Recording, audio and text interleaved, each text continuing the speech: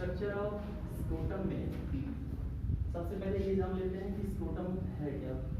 Scrotum पुरुषों में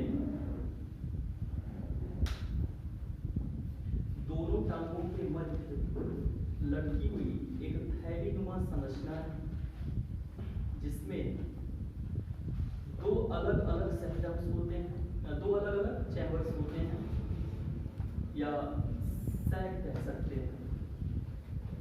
और पूरा जो स्ट्रक्चर है ये स्क्रोटल सैक के नाम से जाना जाता है। प्रत्येक अर्धभाग में एक एक टेस्टिस मौजूद रहता है।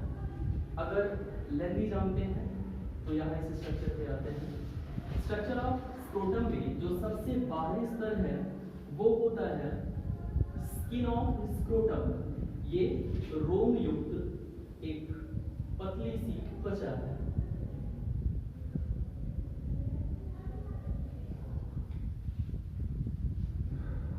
इस प्रकार से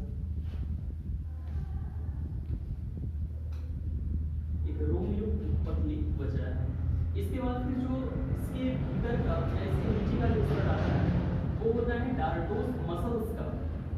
इसकी भूमिका आगे बताई जाएगी, पढ़ाया जाएगा जब। इसके बाद फिर तीसरा जो स्तर आता है वो सीधे सीधे ये कह सकते हैं कि तीसरा तो स्तर तो नहीं है, लेकिन भीतर जब हम एंटर होते हैं तो फिर हमें इन मसल्स के नीचे यानी डार्टोस मसल्स के ठीक नीचे हमें फिर सैक या खाली स्थान दिखाई देता है।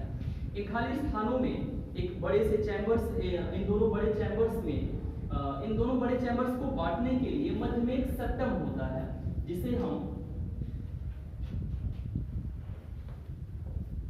स्क्रोटल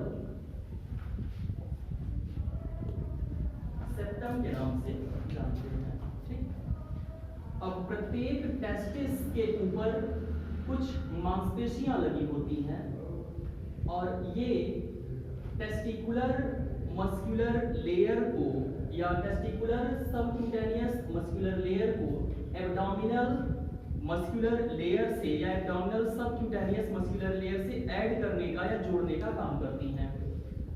इसके बाद फिर टेस्टिस में ही हमें स्ट्रक्चर दिखाई देता है, एक तो अंडाकार संरचना और दूसरा इससे निकली हुई नलिका। ये नलिकाएं दोनों साइड से निकल करके ऊपर की ओर जाती हैं और एब्डोमेन में एंटर हो जाती हैं। जिस मार्ग से ये एब्डोमेन में एंटर होती हैं इस मार्ग को कहा जाता है इंग्यूइनल कैनाल। इंग्यूइनल कैनाल के माध्यम से ही जो वास डिफरेंस की नलिकाएं हैं ये एब्डोमेन में जाती हैं और फिर ये आगे की ओर जा करके यूरेथ्रा में ओपन होती हैं। वो भीतर की प्रक्रिया हो गई। टेस्टिस शरीर से बाहर क्यों होते हैं, ये ओवरीज के जैसे भीतर क्यों नहीं होते? क्योंकि टेस्टिस में होता है स्पर्मेटोजेनेसिस और स्पर्मेटोजेनेसिस की क्रिया के लिए शरीर के ताप से लगभग 3 डिग्री सेल्सियस कम का तापमान चाहिए होता है। स्पर्मेटोजेनेसिस की प्रक्रिया के लिए 37 डिग्री से 3 डिग्री सेल्सियस कम का तापमान आवश्यक होता है फॉर स्पर्मेटोजेनेसिस। इसलिए स्क्रोटम को शरीर से बाहर रखा जाता है। ठंड के मौसम में जब बॉडी का टेम्परेचर घटता है तो स्क्रोटम का टेम्परेचर भी घटता है, जिसके कारण कि स्क्रोटम बॉडी के साथ में चिपक करके साइज में छोटा और गर्मी के मौसम में बॉडी का टेम्परेचर बढ़ने पर साइज में बड़ा हो जाता है। ठीक। बॉडी टेम्परेचर अगर घट गया तो ये भी बॉडी टेम्परेचर से सिर्फ 3 डिग्री सेल्सियस कम का ही टेम्परेचर लेगा, लेकिन टेम्परेचर रहना जरूरी है।